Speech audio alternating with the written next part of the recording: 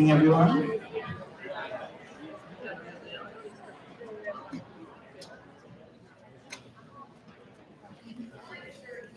Good evening, everyone, and welcome to the December board meeting, West Islip School Board. I want to wish everyone a happy holiday, and if we could all stand for the pledge, please. I pledge allegiance to the United States of America, and to the republic for which it stands, one nation, under God, indivisible, with liberty and justice for all. All right, thanks everyone. Let the record show that all board members are in attendance this evening, and we've got a great meeting set up for you tonight, a lot of recognitions, and a lot of just some great things happening around the district. So we will start with our announcements, and we're going to start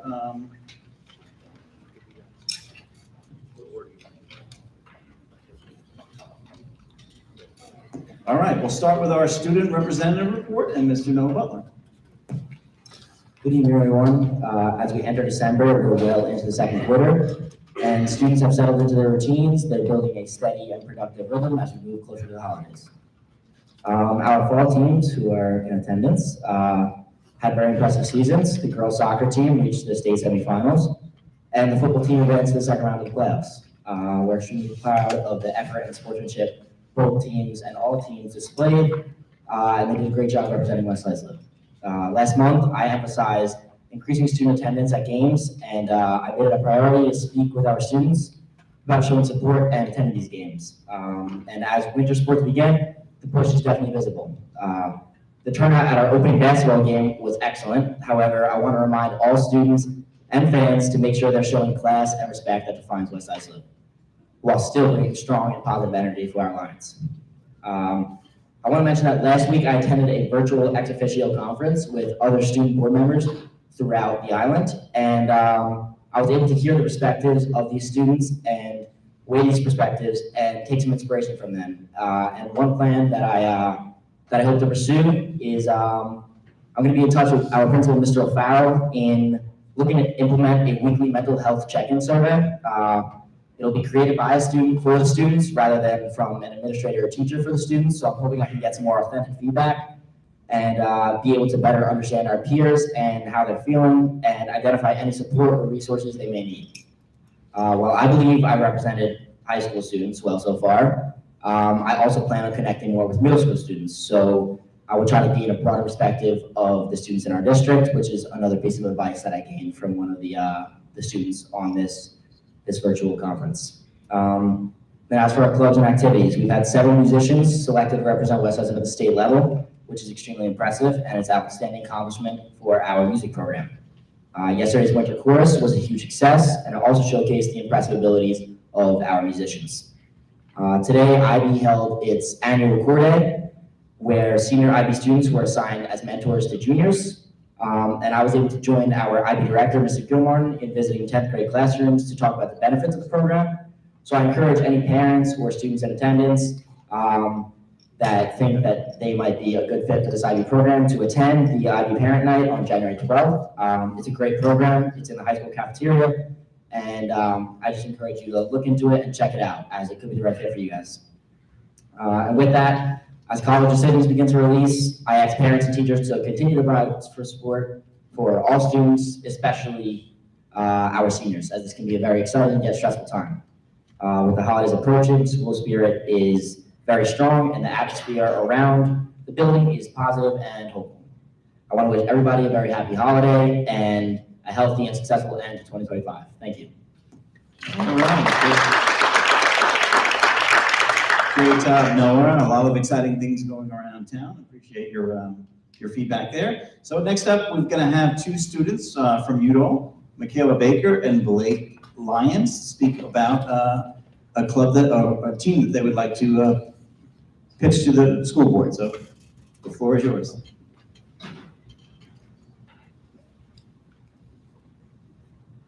Good evening.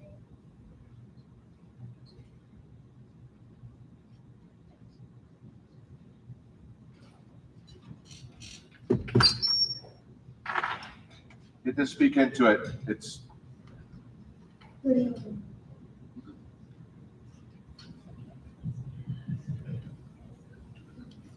Good evening. I'm Michaela Baker. And I'm Peg Lyons. We are here to discuss the addition of girls' flag football team in middle schools. But before we begin, we would first like to thank you all for the time you have given us to share our idea. In the documentary, Dare to Dream, the U.S. women's national soccer team didn't wait for someone else to go first. They led, they believed. Tonight, I'm asking Wes Dyson to dare to dream with us. This whole journey started when Dr. Markwood, our school principal, gave me and my friend Michaela a chance to share our idea. He didn't just listen, he took us outside into the parking lot to throw a football to prove that we wanted this. In that moment, he dared us to dream. Now Michaela is going to go into the facts on girls' flag football. One, it is a national growth trend. As you can see, flag football is a national growth trend and has increased 63% in participation since 2019, having 500,000 girls ages 6 to 17 playing in 2022, while also being one of the fastest growing sports for girls in the United States. Another one is how state level recognition. As New York and California leading the development of flag football, having 17 states hold state sanctioned championships. In addition, over 30 states now offer girls' flag football as an official sport for school. Expanding opportunities. New scholarship opportunities come about while the 2028 Los Angeles Olympic Games now include this flag football. Man, you guys swap out this microphone because I think they won't be able to hear you guys a little bit better. Everyone hear this better? Good. Great. You're doing such a great job. I want everybody to hear you. In addition, over 30 states now offer girls' flag football as an official school sport, expanding opportunities. New scholarship opportunities come about while the 2028 Los Angeles Olympic Games now includes flag football. This creates international pathways for the sport, not to mention professional leagues and exhibition grow as we speak. Pipeline events.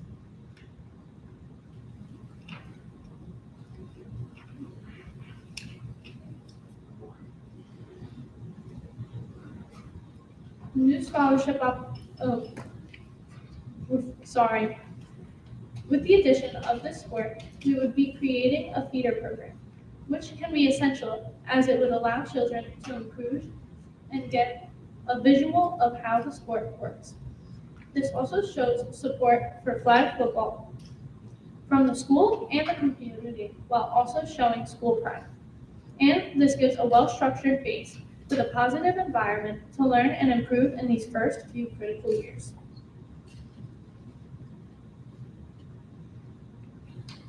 By the way, sorry. In this folder has 142 signatures from only our school. And we got these in 2 days. If you guys would like.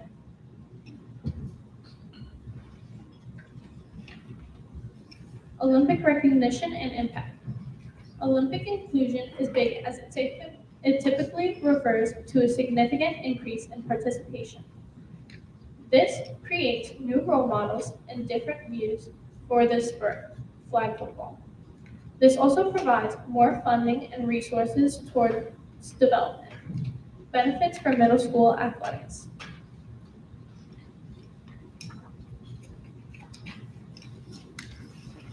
This sport has a low cost in implementation through the comparison to other sports.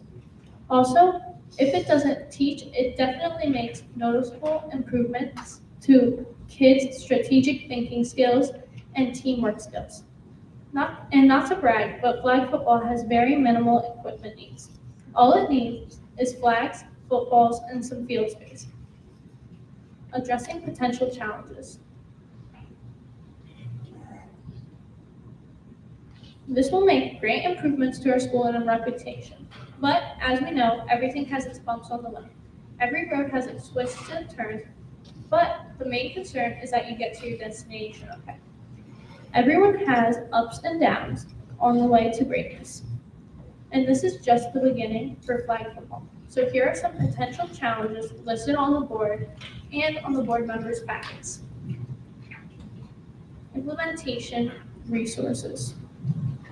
There are many different resources to be used, but considering it would be the first season, it's not a bad idea to use the NFL, startup kits, and curriculum. And there are many different online coaching clinics and certification programs, like I said, available online. Community and student benefits. Football increases overall female athletic rates and participation. This also establishes leadership opportunities for students while also preparing them for high school athletic opportunities and supporting physical and mental health. Next steps for implementation. To begin implementation, we should first identify potential coaching candidates and if they are good enough, including the search of equipment needs and budgeting for the sport. The next step would be to find a timeline and a season. One of our final steps that have one of the greatest impacts is beginning parent and community involvement and outreach for as much support as possible. Conclusion. Tonight I'm asking you to support us, to give girls this opportunity, to let West Islip lead, to let us go first. We are daring you the same way Dr. Markwood dared us to take a chance and let girls play. Just like in Dare to Dream, change happens when someone is brave enough to start. West Islip now has that moment. Girls are ready, girls are motivated, and girls deserve this. Let's dare to dream together and make girls flag football a reality in West Islip Middle Schools. Thank you, and now we are welcoming any questions you may have.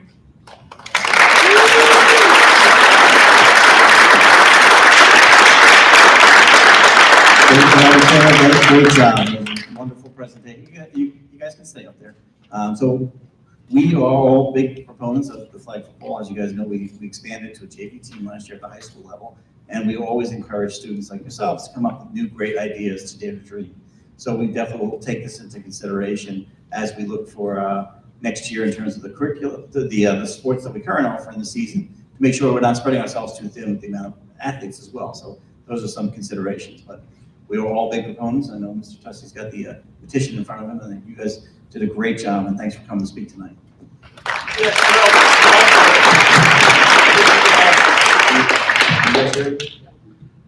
So you have two board members here who are parents of flag football players, both of which were able to participate in the inaugural JV season. So I just want to let you know, I'm going to be person number 129 to sign this, because it's a great opportunity, it's such a great thing, and I'm really grateful for having you, as Mr. McCann said, and we're going to see what we can do. So thank you so much.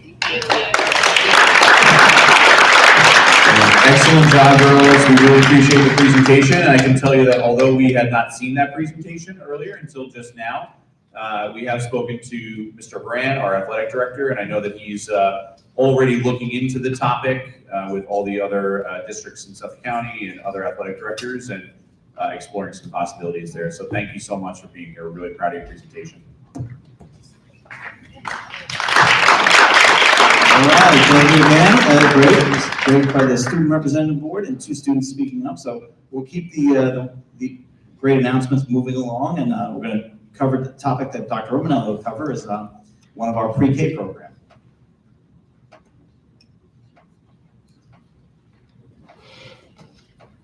All right, great. Thank you so much, Mr. McCann.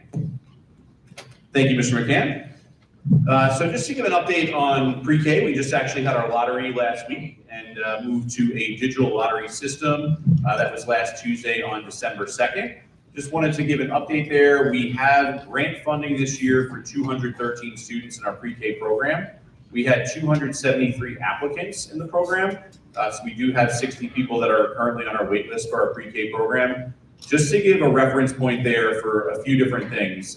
This year, our pre-K program had a similar size wait list. We had about 60 people, 56 people on our wait list this year. 28 people did get in off the wait list, so roughly half the people on the wait list did get into the program. We go through a rigorous process of taking a look at residency, different programs that students are enrolled in. We take a look at whether people are moving in and out of the district and things like that. And we do narrow down the current enrollment and the wait list as well to get as many people in the program as possible. The slide that you see up here today, and I know that the board has a copy of this information right here. This is from last year's pre-K program. As you can see, we had all of our students enrolled in the pre-K program last year, and I'm going to share a little bit of data about that. West Islip really was and remains one of the top districts in Suffolk County in terms of providing pre-K for students. As you look through here and look at all these different percentages of students that get in for a full day, 4-year-old pre-K program, you can see West Islip ranking among the top. If you do take a look at our current school year, we are right around 89%. We had 224 students out of 252 that were on our list, so we're right around 89% for the 25-26 school year. We'll have, obviously, at the conclusion of this school year, those final numbers. These are on the New York State Education Department website, so these are the official results from last school year that we wanted to share with you. I just wanted to talk a little bit about the decision to go to a lottery model. Have a little bit of data up here that I know the board has this in front of them as well. I just want to kind of take you back a little bit on a journey here. You know, I know that many people on this board were integral in bringing in a full day UPK program for our district, and it's an excellent program. In 21-22, we had 188 students enrolled in pre-K. In 22-23, we had 226, so that was the first year we went above our allocation of 213 students in our grant funding. And in the 23-24 school year, which is the first one that you'll see up here on the chart, you can see that we had 160 students in district, 77 at South Shore Children's Center, and 237 students total. The 160 represents, we had 2 pre-K classes in each of our elementary schools, so 8 total classes of 20 students each equals that 160 in district. You can see on that UPK grant aid line, we received just about $1.15 million in grant funding for our pre-K program. That number has remained the same for many, many years. It's $5,400 per student. That's the amount of money that we receive. And as I'm sure everyone realizes, you know, there are escalating costs with any program. So you can see as you follow through the chart here in 23-24, that bottom number, the $581,000, that was the amount that we were paying out of the district budget over the grant allocation. And that was one of the first years that we saw, it was a pretty significant budget impact there. 24-25, we talked a little bit about, if you've been to any of our previous board meetings, that we have a good thing going on. We have increased enrollment at our elementary schools. Some of our KM1 class sizes are, for the full class cohort, are larger than they've ever been before. Even larger than they were 10 years ago. So our kindergarten and first grade enrollment is up, which has caused some challenges in terms of spacing in our elementary schools. With that, we decided that we were going to kind of move some of those sections of pre-K out of our elementary schools to make space for the program. And you can see in 24-25, last year we started to move some sections out, more sections out to South Shore Children's Center. So we had 2 sections at 2 of our elementary schools and 1 section at the other 2. With 246 total students. Even with that move out of district into South Shore, and that shift that we were attempting to make, you can see that the UPK cost goes up in that bottom line of $667,000. We shifted to a lottery system for this current school year. We have 224 students in the program. You can see that we have no students in one of our West Islip buildings. We have no UPK classrooms left in our district buildings. However, we do have all of our students attending at South Shore Children's Center in the program there. The total cost this year was about $59,000. It was a transitional year this year. You can see in these last 2 columns here, the old model, I'm comparing it to 24-25 right here. Had we continued with that model with the 2, 1 and 1 in our elementaries, and had the total UPK students that we have applying for this school year, you can see that the cost would have been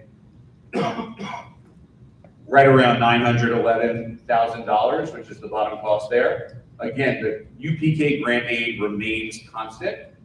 Our current model for 26-27, staying within the grant funding for UPK, does put us on a lottery system, but it does allow us the cost of the program to be budget neutral. So we do have those 213 students enrolled in the UPK program. We do have students on a wait list, and we do anticipate we'll probably get halfway through the wait list on that. But you can see that there is a significant budget impact there with that $911,000 that would have been part of the budget. Had we kept our model from 23-24, where we had 2 sections in each of our elementary schools, we would have been, the cost would have been well over $1 million, and that's per year. So while it has been a challenging decision and we have moved to that lottery model, we do have seen space in our elementary schools open up for our programs in district, and we also do see a pretty significant budget impact as well. So just wanted to share that for the board as a quick update tonight. Thank you, Dr. Romanelli. And if I could add to that, again, we kind of review this every year, the historical aspect of it. And about 6 years ago, Mr. Antonello and I were on the board at the time, and the other board, we really were proponents of bringing pre-K into the buildings. We started with, I believe, 100 students, and it was half day. So they did half day and half day. And through consensus and working with the administration and the board and this board, we kept increasing that as much as we could. We're big supporters of the program, but we also realized that there has to be a balance. Last year, we ran into a situation where we were physically out of space to run the programs in the building because of the enrollment of the kindergarten going out. A good problem to have. That's why we shifted to South Shore. We did some expansion there on the South Shore program. If there was a possibility, if we had the space, it would be easier for us, but we don't have the space. If there is a budgetary concern for it, but our goal is to have everyone in the pre-K program at some point. Again, having been one of the people, Mr. Antonello, who advocated for this. So 6 years ago, we had none, we had 0. Now what we have is, you see it built. We'll continue to advocate for it. We'll continue to try to find ways to make sure that we can bring as many children into the program as possible. So that's always on the top of our, and if you remember last year or in the beginning of this year, we talk about this constantly. It's not something that's, hey, we don't want to do this.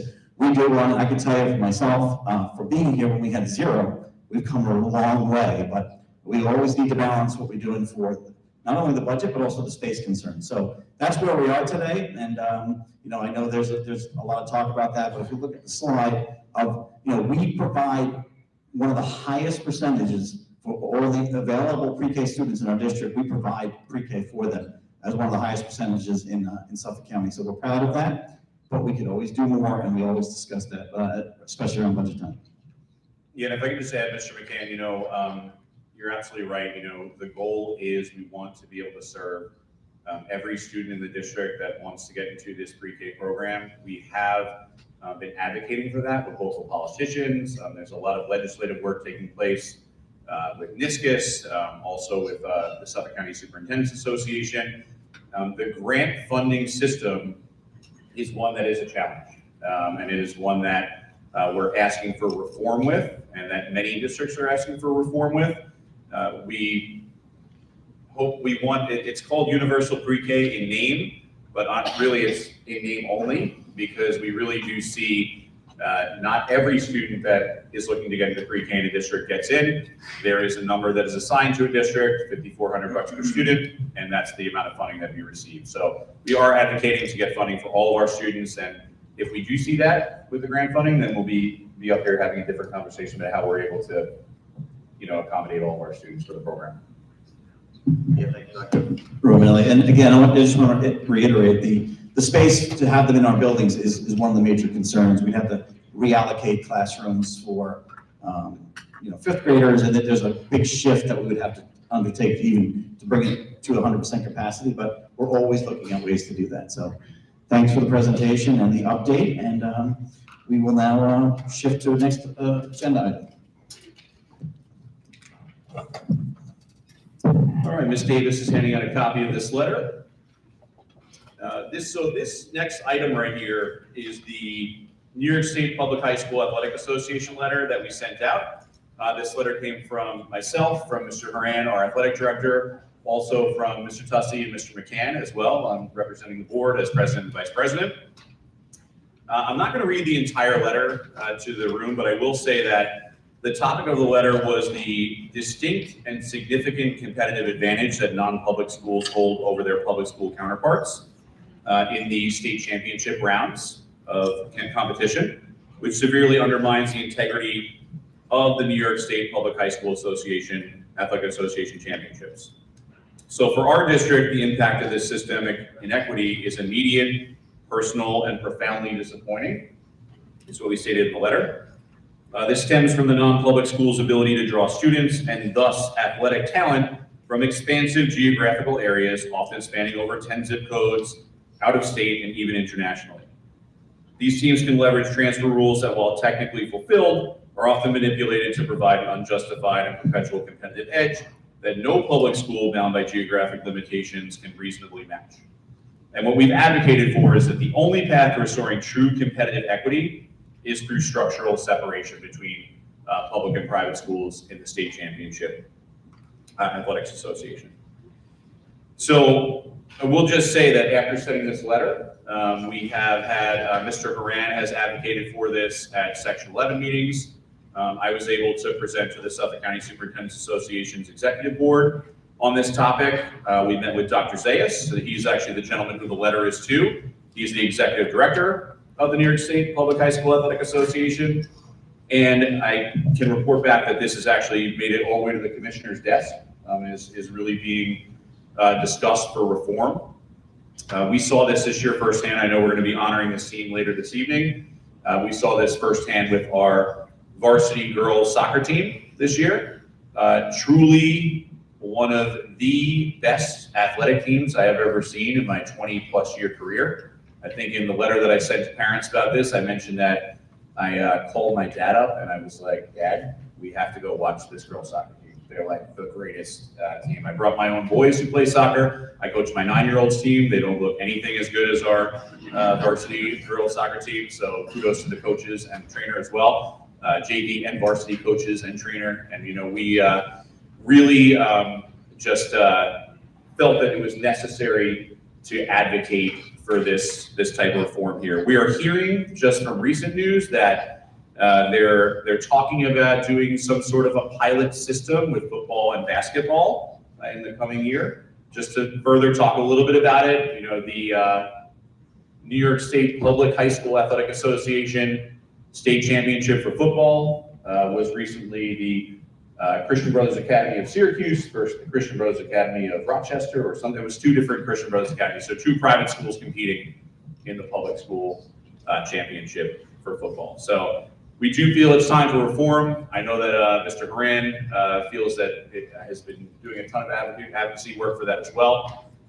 And we have sent that letter off and hoping for some reform there. All right, thank you, Dr. Romanelli. Do we have any discussion? Any invitation to the public to speak on an agenda item? Nope, no, none of that. All right. Can I get a motion for the approval of the minutes of the November 18th planning session? So moved. Second. Discussion? All in favor? Aye. All opposed? Motion approved. All right. Now we've come to a great part of the meeting where we're going to do some really sensational recognition for 2 wonderful groups, and I will turn that over to Dr. Romanelli. Yes, so we are so happy to have here this evening with us representatives for the New York State School Boards Association. We also have representatives from SME Prime, who are going to be recognizing our submarine program that we have embarked upon at West Islip High School. So we have Ashley Warfield and Shelly Woolley here from SME Prime, who are going to share just a couple words about the program. We're so happy to have you here. We knew that you flew in just for this, so we're so thankful that you are here in person. And, you know, we also have Sue Littman here, who is, I mean, a woman of many titles, right? She is a Board of Education, let me try to do this. You tell me if I get it right. Board of Education member at Eastern Suffolk BOCES, immediate past president at the Nassau Suffolk School Board Association, pretty much had every PTA title in West Islip and above, and a former school board member here in West Islip as well, who's going to be here with us to talk about this award. And we also have Mr. Bob Vecchio, who was instrumental in bringing this partnership to the district. He's the executive director of the Nassau Suffolk School Boards Association, So thank you all for being here. And I know that Ashley and Shelley, we're going to start off just by sharing a little bit about the program. Thank you. And then I promise we're going to do the soccer team next. Gotta get to the important stuff. Soccer. So thank you for having us here this evening. I am Shelley Woolley. I'm the Director of Education Programs. Can you hear me? Okay. Yes, come closer to the Come mic. closer? Okay. There you go. I am the Director of Education Programs for the SME Education Foundation, and Ashley Warfield, who is our Program Manager for the foundation, who's overseeing the program here at West Islip. So we're very excited to be here. You are right. We flew in from the ACTE Vision Conference where we were leaving lots of colleagues behind because this was important. So I want to just take a moment to talk about what the program is and to call out a few recognitions, because these kinds of things do not happen without the people involved. We like to say a lot of times that we can bring brand new equipment to schools, we can bring the professional development, the curriculum, all of it, but the program does not take off and gain life without the support of the education team, right? So I want to call out Brian Bonomo and Dennis Pope, the teachers who will be leading this project, and Dr. Romanelli, yourself, and your entire administrative team, because again, these things do not happen without these folks behind the scenes enabling the program. I also want to recognize the U.S. Navy and their interest in developing the maritime industrial base here around the country, and Blue Forge Alliance, who is the funder on this project, who enabled the funding to come through to the SME Education Foundation. We are funding 4 programs in the United States. So you are one of only 4 in the United States. So congratulations to you. That really reflects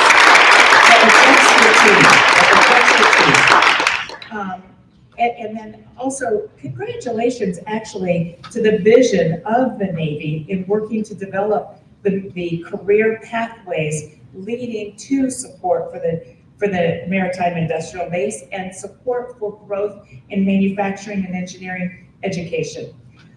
So I mentioned that you are one of 4 schools being funded through this specific program. You are joining a network of 118 schools in 25 states here in the country that have received SME Prime programs. So what is an SME Prime program, right? SME Prime programs are 360-degree holistic programs of instruction in manufacturing and engineering. What do we bring to the table? We bring everything that a school needs. And we relieve the school of the administrative burden of running a program like this. So we run the entire program ourselves. Ashley is going to oversee the entire distribution and implementation of the program with the teaching staff and with Dr. Romanelli. We design curriculum plans based on input from the community, research from the community that tells us what is the workforce needs in your community to support the maritime industrial base. In your case, there was a lot of need for machining and fabrication. And so that is what Ashley is working with the education team to bring to your school. We are going to provide all of the equipment. It's industry relevant equipment. It's the type of equipment that students would see when they go to work. This is not hobbyist equipment. This is relevant equipment for students. We provide all the equipment. We provide all the professional development. We fund the teacher travel and the tuition to attend professional development classes. Your teachers are in professional development this week to learn about a very special instrument called a CMM machine that validates programs. We provide all the curriculum resources that are needed, as well as that custom tailored curriculum plan. And we also set aside a carve out of funding for student engagement, because after all, students can't be what they can't see, right? So we set aside about $15,000 to help schools participate in field trips. Maybe it's through Skills USA, we'll help fund that. Whatever is needed to help students see themselves in these roles to augment that exposure. We also provide scholarships down the line if students are interested in post-secondary education. And a very unique feature, we provide sustainability funding. So a lot of times when we're working with schools, we hear, this is wonderful that you're bringing this massive engagement or this massive investment in our school, but what happens when you leave? when we leave, we're still with you. We fundraise separately for a sustainability fund, and at the end of the year, we'll provide anywhere from $5,000 to $10,000 every year to keep the program going. So we're in this for the long haul. We want to make a big footprint, and we're in this for the long haul with you. Let's see, what else do I want to say? Sometimes I'm asked, does the program work? The research shows that if a student is in this program for their 4 years of high school, 91% of those students tell us they're going to go into careers in manufacturing and engineering. About half plan to go on into higher education.Maybe they're going to pursue a 4-year degree in engineering. About a third want to go into a 2-year technical program.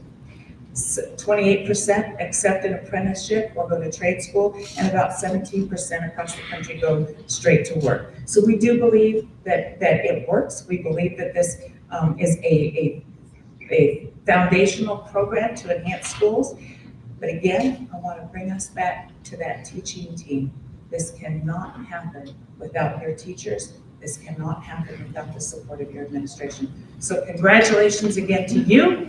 I am done taking up time, but available to answer questions if needed. So again, we're really happy and looking forward to working with you folks. Thank you.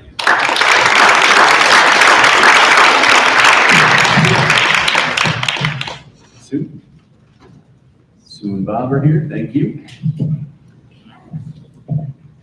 So, first I want to just say thank you for having me in replacement for Catherine Romano, our Area 12 Director, who unfortunately could not be here to do this presentation tonight. And I know she was disappointed.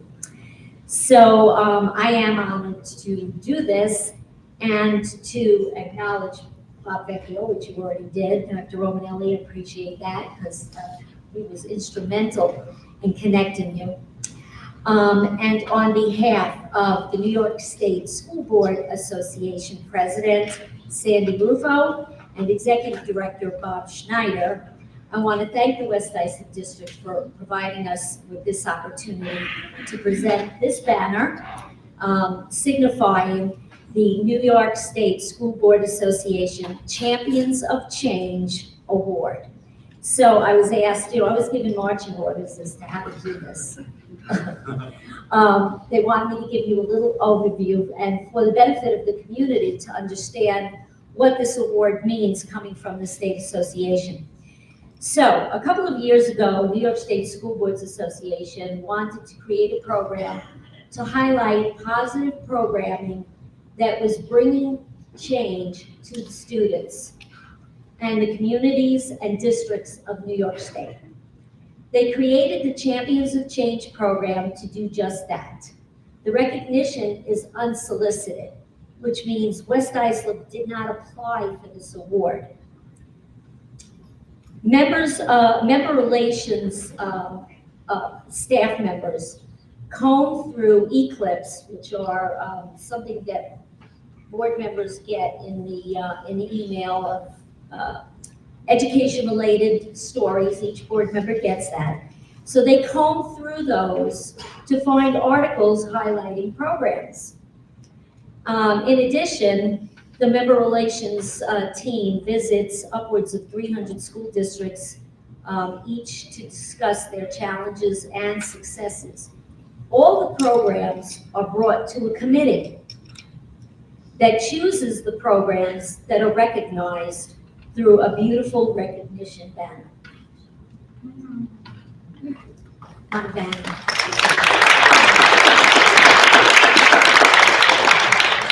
This unique U.S. Navy manufacturing partnership with SME Prime that teaches high schoolers how to make commonly used submarine parts, an initiative that's intended to attract more workers into this industry at a time when the Navy is looking to increase production of new submarines.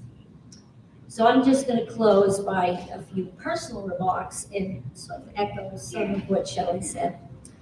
I want to extend my personal congratulations to lead teacher Brian Panoho. and Dennis Polk and the rest of the team for the work that went into implementing this program. And to the West Islip Board of Education and Administration for supporting a vision that increases educational opportunities, preparing students to be future ready for college or career. And I want to just say, I'm proud to be a member of this community and to see you receive this award from our state association. Thank you for all that you do for the children of this community.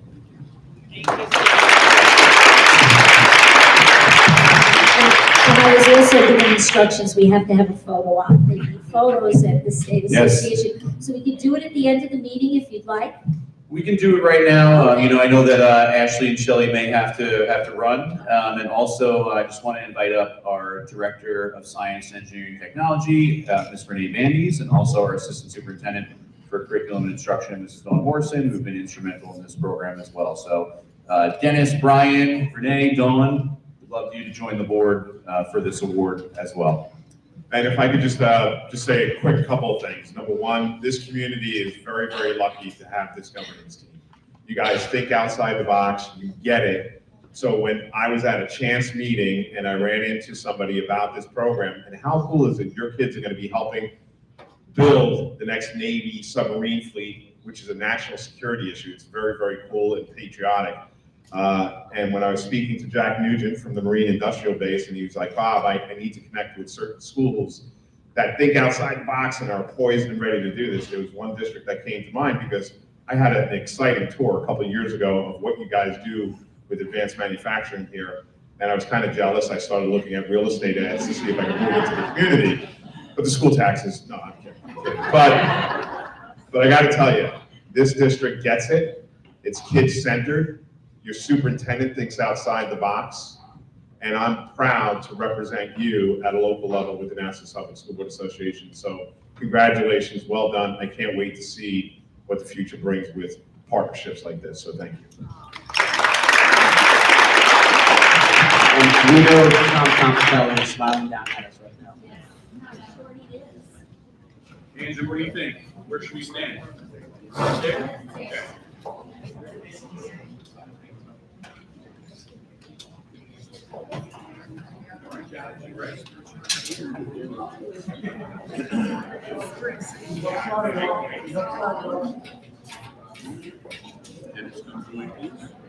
Watch this wire right here, guys.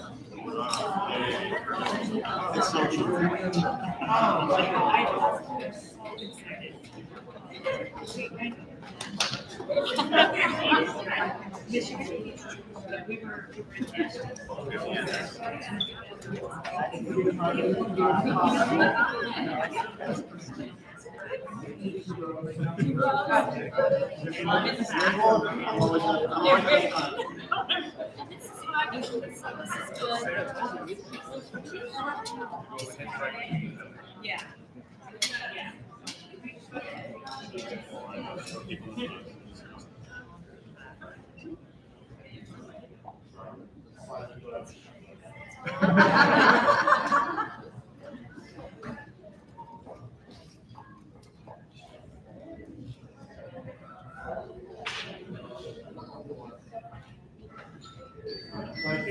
Thanks, Andrew.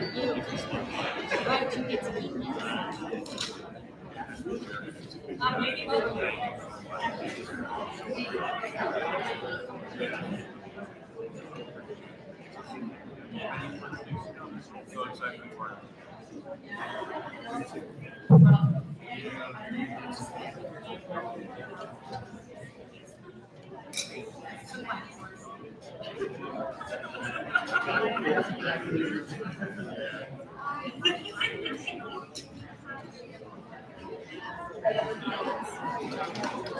Thank you for doing that.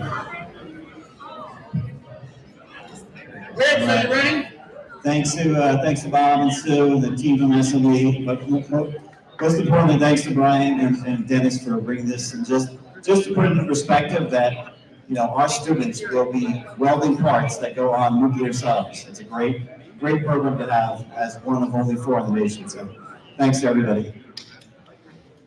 All right, next up, We'd like to recognize the West Islip Varsity Girls Soccer Team for their phenomenal play for that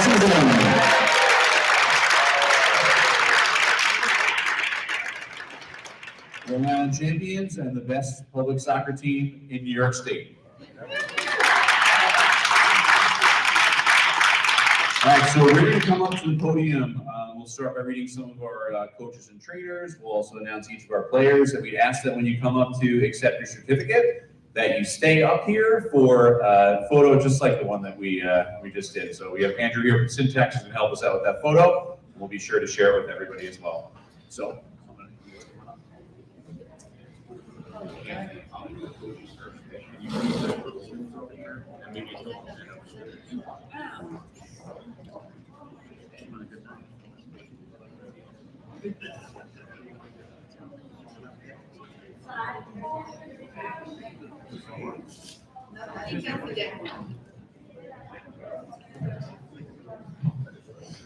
All right, so we're going to be first calling up our coaches and trainer to accept their certificates. So we'd ask you to stay up here and we'll have the team come up and join you. So first off, we have our head coach, Mr. Ed Jablonski.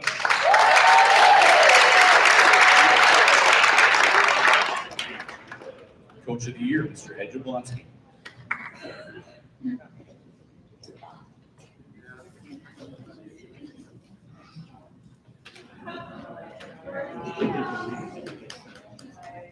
Our assistant coach, Coach G, Gianna.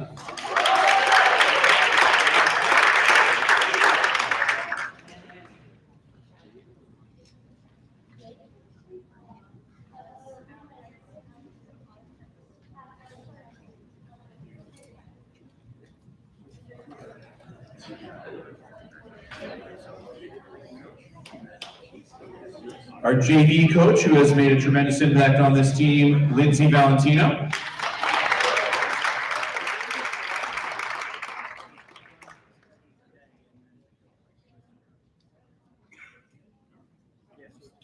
Our athletic trainer, who is there for all of our teams and all of our student athletes, Mr. Kevin Kilkenny.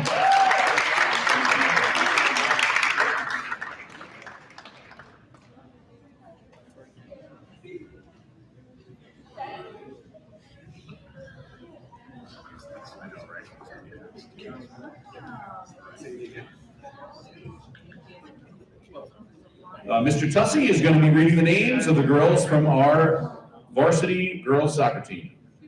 Okay, thank you, Dr. Romanelli. We're going to start with Carolyn Arcolio.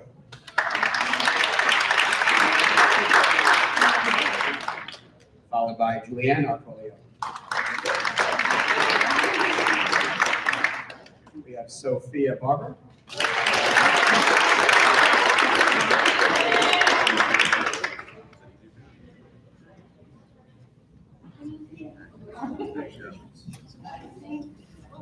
Ava Bianca.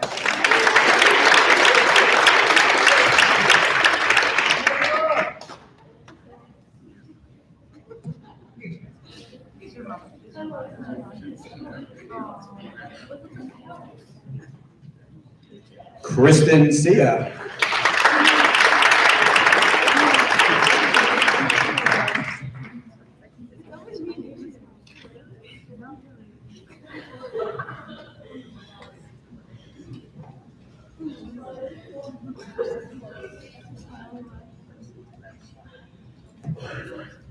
Megan Farrell.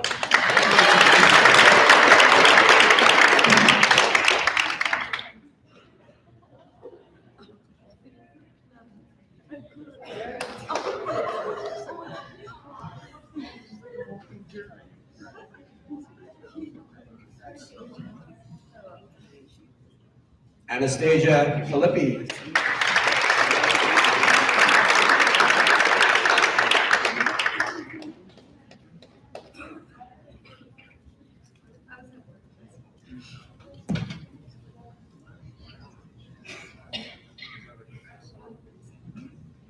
Avery Hoyer.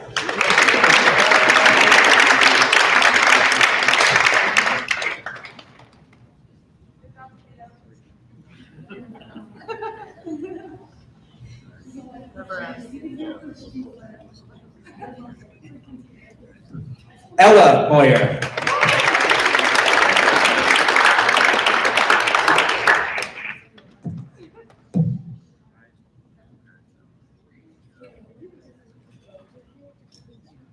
Eva Klimatas.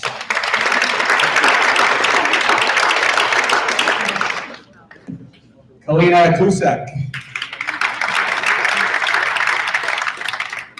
Gianna Lanzieri. Alexandra Livingston.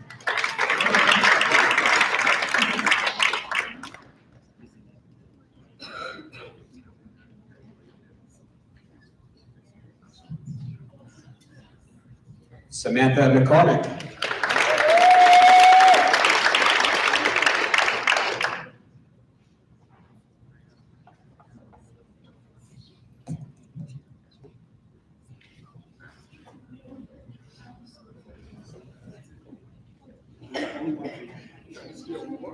Leanne McDermott.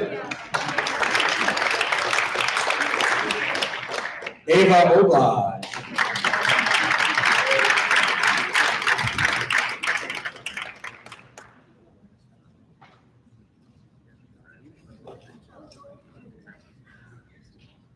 Jenna Oblad.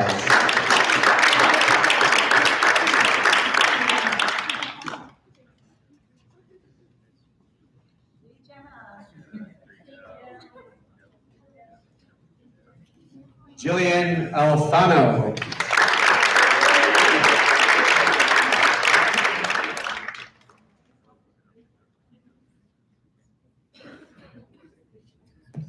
Juliana Palmieri.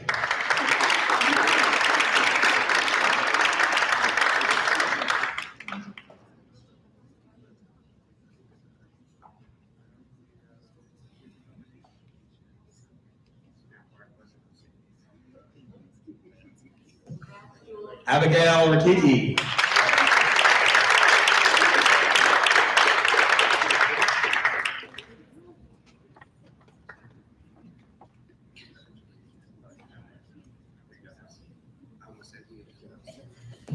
Madison Rindus. Clara Rabano.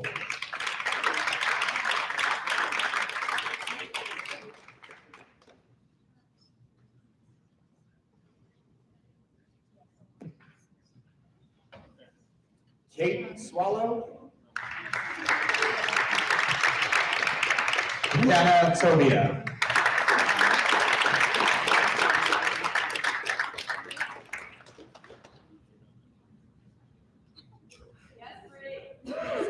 Thank you.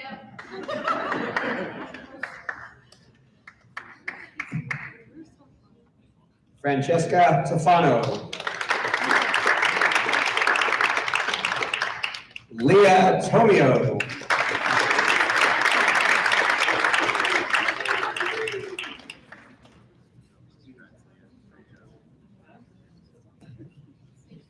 This name's difficult to pronounce. Leah Tussey.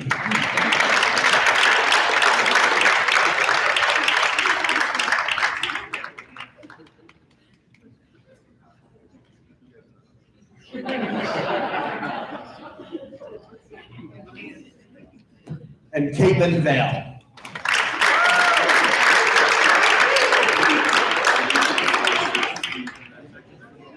So we're gonna use this empty section over here.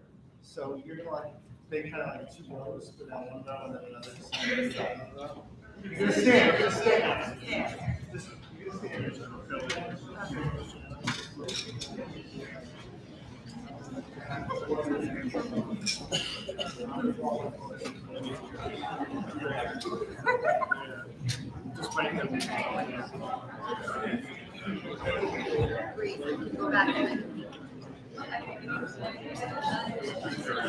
So just make sure if you're in the second row, lead in front of you.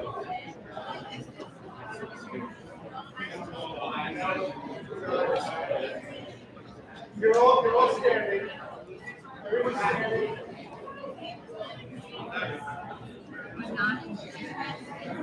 So the second row players. No,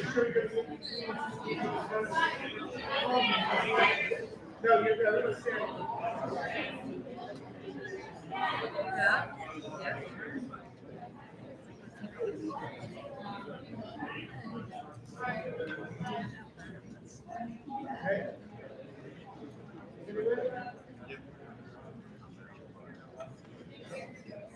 Do a couple. 1, 2, 3. One more. Thank you so much.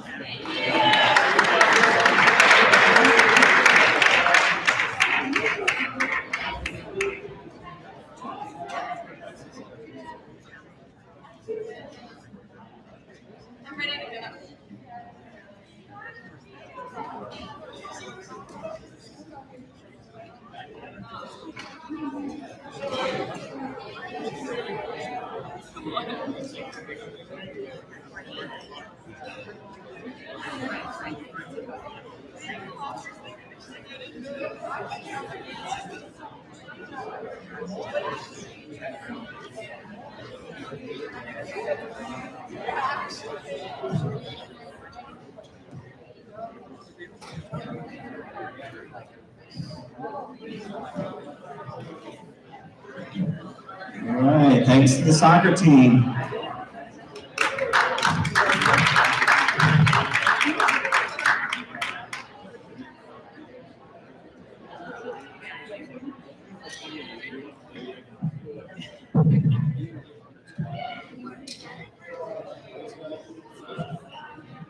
All right, we'll give them a minute and then we'll continue with the agenda.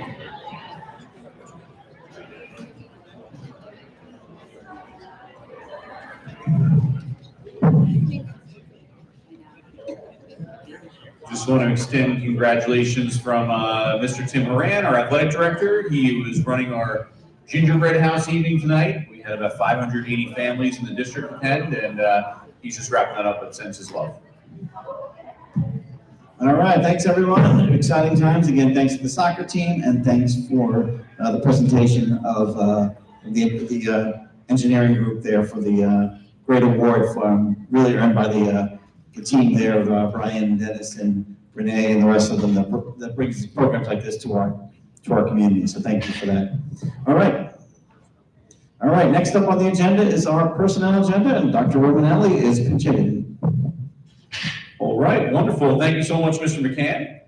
I would just like to talk about item T1 on the agenda tonight, this evening first. So I am truly excited to be recommending Ms. Ashley Pope to the Board of Education tonight for tenure consideration. As a former male elementary school teacher, as a former male elementary school teacher, I can say that it can sometimes be challenging to be in a field dominated by another gender. However, Ashley is not only an inspiration to our female students learning about STEM, she's an inspiration for all students that come through Beach Street Middle School.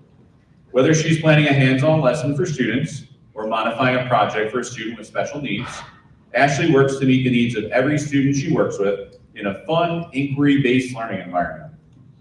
Mrs. Pope provides the perfect level of independence and support as students develop their skills and interests in the area of STEM. Any accolades that we receive in the area of STEM, including this evening, can also be attributed to her hard work at the middle level. The groundwork that she lays at Beach Street makes way for a successful program at West Islip High School. And sorry to Dennis if she's not already shared that with you, but I'm sure it will be brought up now anytime you can bathe with time. All being said, Ashley is an amazing educator, and we're truly lucky to have her here in West Islip. She makes a difference every day. I would strongly endorse the board's decision to grant Ashley tenure should they choose to do so this evening. So with that, I'd like to request a motion for the approval of item T1 on the personnel agenda. So moved. Discussion? All in favor? Aye. All opposed? Motion approved. Welcome. Congratulations. Congratulations, Ashley. We have a quick gift for you as well. You want to come up?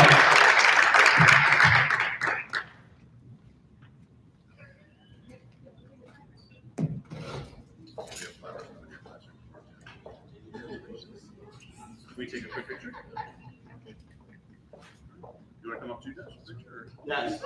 I'll take it. Come on up, Mr. McCann, Mr. Cutler.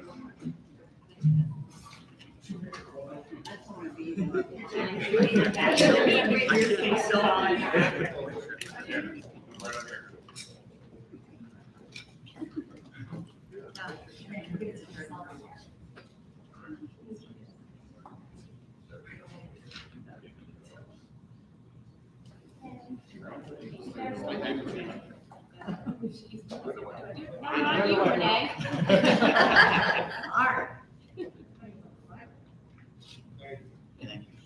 Congratulations.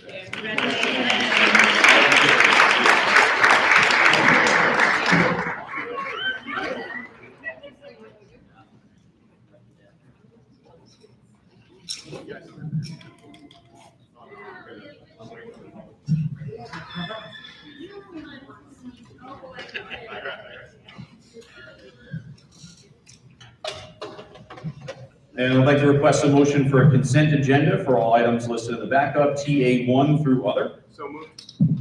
Discussion? All in favor? Aye. All opposed? Motion approved. We have a few walk-on items for this evening, just due to some immediate openings. Also, some students are going to be home from college, and we've been doing Zoom interviews up to within the last 24 hours for. So a few appointments that are coming up just for in the upcoming days. So first off, I'd like to request a motion for a change in title for Antonino Ruopolo from district-wide per diem substitute teacher to a permanent sub-teacher at Udall Road, effective December 10th, 2025. So moved. Second. Discussion? All in favor? Aye. All opposed? Motion approved. I'd also like to request a motion for the appointment of Brandon Moletti as a district-wide substitute paraprofessional and district-wide substitute teaching assistant, effective December 18th, 2025, pending fingerprint clearance. So moved. Second. Discussion? All in favor? Aye. All opposed? Motion approved. And finally, I'd like to request a motion for the appointment of Haley Yangler as a district-wide per diem substitute teacher, effective December 16th, 2025, pending fingerprint clearance. So moved. Second. Discussion? All in favor? Aye. All opposed? Motion approved. All right, thank you, Dr. Romanelli, for the personnel. We'll move right into the curriculum update with Mrs. Morrison. Thank you, Mr. McCann. Good evening, everybody. Tonight is certainly a testament to all of the wonderful experiences and learning activities taking place throughout the district, thanks in part to our Board of Education, our Superintendent of Schools, our amazing administrative and teaching staff, our support staff, and I would really just like to take this opportunity as we go into the holiday season and welcome in a new year to thank everyone for their ongoing support of the district, including our parents and our students.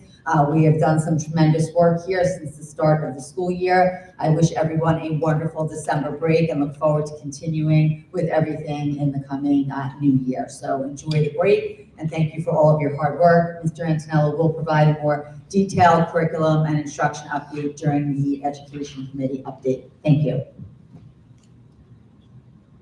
All right, thank you, Mrs. Morrison. We'll move right into the committee reports with the first committee up, the Building and Grounds with Mr. Bedell. Thank you, Mr. McCann. Good evening, everybody. Buildings and Grounds Committee met on December 9th, 6:30. Very consent agenda, but two pretty major topics to talk about. We had BBS and architects that are working on the pool come in, and we kind of got a rundown of where we sit, and everything's moving forward really well. And we're still on target for that 2027 finishing date. So that's really, really nice to hear.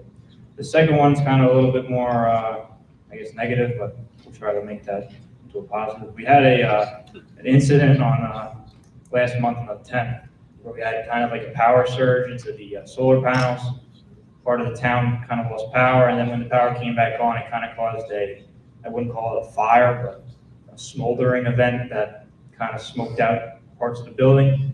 The fire department came. I was kind of there, so I kind of know what happened. It wasn't the best situation, but we made it work. And the problem is it kind of fried some of the wires, so we're gonna have to put a claim in to try to get the wires that connect the solar panels to the power, like transferring the power from the solar panels to the building, I guess you should say. But we'll figure that out. They're planning on trying to get the work done during the breaks, the upcoming breaks. The other thing that we talked about, which is a positive topic, beach and Beach, the high school, and Udall fire alarms have been finished and are up and running, so it's a new fire alarm system. And then they also finished all the kitchen upgrades throughout the district that we had going on, I guess over the summer was most of that. So pretty small, but some pretty important things, and just happy holidays to everybody. All right, thank you, Mr. Bedell. Next up is the Education Committee, Mr. Antonello. Okay, thanks, Mr. McCann. The Education Committee met Tuesday at Beach Street Middle School and Library at 6:50. The meeting was attended by board members Debbie Brown, Lynn Bedell, Grace Kelly, and me. Administrators present included Superintendent Dr. Romanelli, Assistant Superintendent Don Morrison, Assistant Superintendent Lisa Pilati, Mr. James Cameron. There were 4 items discussed at the committee meeting. One item was the designation of economically disadvantaged students, grades 3 through 5, at Okanock Elementary.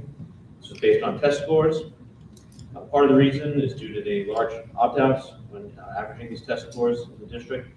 The district will allocate the necessary resources to remedy the problem, like we have with other schools that have been designated.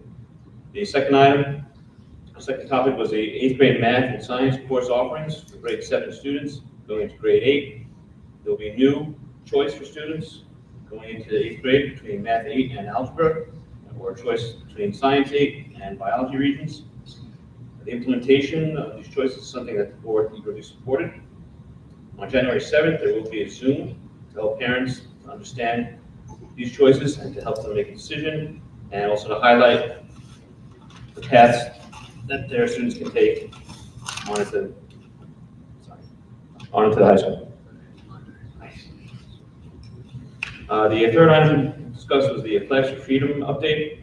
The program, Flags for Freedom, is a patriotic curriculum for students emphasizing freedom and the military's historic role in protecting that freedom, especially focusing on D-Day. Mrs. Morrison supplies with some lesson plans that include resources and objectives for teachers and students. And as a social studies teacher, I think it's a great addition to the district curriculum here in West Islip. The last item that was discussed was participation of West Islip in the Beacon program. Dr. Romanelli explained to the board what this is all about. It's essentially high school courses that will be matched up with community college courses to help create dual enrollment for our students here. And this will help the kids get a head start in accumulating college credentials while they're still taking classes in high school. And that's what I said. And the meeting ended at 7:10. All right. Thanks for that big finish, Mr. Antonello. We're up. The next is our our Finance Committee with Mrs. Kelly. I almost forgot you. Thank you, Mr. McCann. The Finance Committee met on December 9th. Committee members present were Quinn Bedell and myself, and board members in attendance were Richard Antonella and Debbie Brown. Administrators present were Dr. Romanelli, Don Morrison, James Cameron, Lisa Pilati. The purpose of the meeting was to discuss pertinent fiscal matters. The meeting was called to order at 6:40 p.m. The following were presented and accepted by the committee: the treasurer's report, school district funds for October, extracurricular funds for October, payroll summary for October, financial statements for October, internal claims audit report for November, system manager audit trail for November, payroll certifications for 11/12/25 and 11/26/25, review of warrants, review of board agenda finance items, approval of budget transfers 4574, 4576 in the general fund, approval of surplus memos, food service, 4-door freezer, convection oven, Vulcan and convection oven snorkel, approval of donations, the Women of West Islip miscellaneous items approximately valued at $12,321.96 for all schools district-wide. Approval of 2025-2026 contract Frontier Behavioral Services LLC. Approval of 2026 agreement, middle school swim agreement with Deer Park. Discussion items. Where the committee discussed a new practice in which the district will begin charging students for additional or intentional damage to Chromebooks starting January 2026. Typical maintenance issues such as normal wear and tear, sticky keys, trackpad failures, and battery replacement will continue to be covered by the district. This change is intended to discourage intentional damage and promote responsible device use. A district-wide parent communication will be sent this month to inform families of the upcoming charge. The meeting was adjourned at 6:47. Thank you, Mrs. Kelly. And last up on the committee is the Special Education Committee with Mrs. Marks. Oh, no, Mrs. Brown. Thank you, Mr. McCann.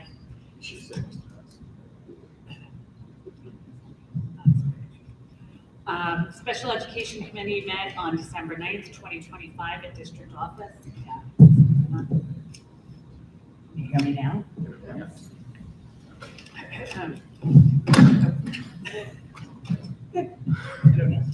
Should I start from the top? The Special Education Committee met on December 9th, 2025 at District Office. The following committee members were present: Dr. Romanelli, Ms. Morrison, Ms. Dowling, Ms. Dougherty, and Ms. Ednick. Ms. Brown and Ms. Marks participated via teleconference. The meeting began at 9 a.m. and adjourned at approximately 10:05. The committee discussed IEPs from CSE and CPSE recommendations from the respective committees. Ms. Dowling reported on the GLOws within the department specific to individual student accomplishments and how the special education team continues to work closely with families to ensure students have the supports they need to be successful. Ms. Dowling reported that students and staff are looking forward to the Student Senate holiday party on Tuesday, December 23rd. Mara D'Amico, SEPTA president, joined us for the non-confidential portion of the meeting and provided some updates. The January jump will be held January 28th at Dave & Buster's. Registration will be opening. The last SEPTA support group meeting was on November 27th. The next will be February 2nd at 6:30 at the West Islip Public Library. Come on down and meet other parents and share resources and know that you are not alone. The next SEPTA meeting will be January 13th at 7:30 p.m. The guest speaker will be Dodie Daniels. The topic will be traveling with your special needs adult child. The SEPTA Bowl will be April 25th, so save the date. And for all of our dyslexic friends and struggling readers, I'm thrilled to report that hours ago, Governor Hochul signed into law Assembly Bill 82687. The bill establishes a Center for Dyslexia and Dysgraphia. The bill was sponsored by Assemblyman Robert Carroll out of the 44th District. He himself is dyslexic and has been a tireless advocate for dyslexics. The New York Dyslexia Center will establish a statewide framework with explicit standards to help schools and teachers identify dyslexia and dysgraphia as early as possible, while ensuring they are trained to deliver structured, sequential, cumulative, and multisensory literacy instruction proven to support struggling readers. I'm also pleased to announce the New York State PTA passed a dyslexia resolution in November, which advocates for the implementation of structured literacy for students with dyslexia. We here in West Islip started our journey into the science of reading and structured literacy about 5 years ago.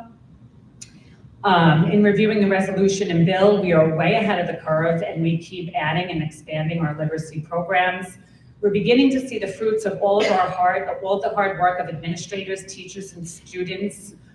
This year's third grade ELA results showed remarkable gains, ranking us at 19th in the county. Last year, we were at 43. From all of us on the Special Education Committee, we wish everyone a happy and healthy holiday season. Thank you. Thank you, Ms. Brown. And that last comment deserves a round of applause, so thank you. I wanted to just tell you that this mental health subcommittee met on December 2nd. I forgot to say that earlier. The meeting began at 9:30 and Ms. Dougherty and Ms. Ednick shared that the first parent caregiver workshop supporting students with stress and excessive worry went extremely well. And the mental health subcommittee is looking forward to hosting another workshop in March. The next workshop will focus on the topic of digital parenting, which will be presented by Youth Enrichment Services. More information will be shared with the community over the next few weeks regarding specific details. And we're also excited to report our subcommittee is starting to plan for a mental health resource fair during Mental Health Awareness Month in May. Thank you. Thank you, Mrs. Kelly. All right, next up, we're going to have our business report with Mrs. Pallotti. Thank you, Mr. McCann. May I have a motion for the approval of budget transfers 4574 through 4576 in the general fund? So moved. Second. Discussion? All in favor? All opposed? Motion approved. May I have a motion for the approval of the contract with Frontier Behavioral Services for the 25-26 school year? So moved. Second. Discussion? All in favor? All opposed? Motion approved.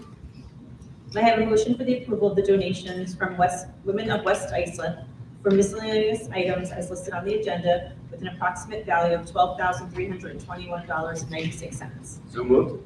Second. Discussion? Yeah, if I can thank the women of West Islip and the entire program at over $12,000 donation. And, having members of the board here are involved with the program, as long as my wife and all the great women of West Islip in that committee, all of that money goes to the 7 schools in the district, directly to them to buy items and supplies to help the students. So that is a huge donation. We want to thank the women of West Islip, the leadership there, and always giving back to West Islip. So thank you. Thank you. All right. All in favor? All opposed? Motion approved. Thank you. May I have a motion for the approval of the donation of equipment, services, training, and curriculum support from SME Education Foundation for the students of West Islip High School, and all of the items are listed on the agenda. So moved. Okay. Discussion? Again, I would like to thank the group that was here today and SME for this very generous donation. Really between the education and all the parts and services, it's a huge donation to the school and one that's going to benefit the entire community. So thank you for that. All in favor? All opposed? Motion approved. May I have a motion for the approval of surplus items as listed on the agenda? So moved. Discussion? All in favor? All opposed? Motion approved. Thank you. All right, now to the president's report. We've got, can I have a motion for the approval of the consultant services contract for Joe Ferrucci, IT consultant? So moved. Second. Discussion? All in favor? All opposed? Motion approved. Can I have the approval of a contract for the Deer Park Union Free School District and the middle school swim team pool use? So moved. Second. Discussion? All in favor? All opposed? Motion approved. Can I have the approval of a resolution of destruction of unused ballots from the May 2025 annual budget vote? So moved. Second. Discussion? All in favor? All opposed?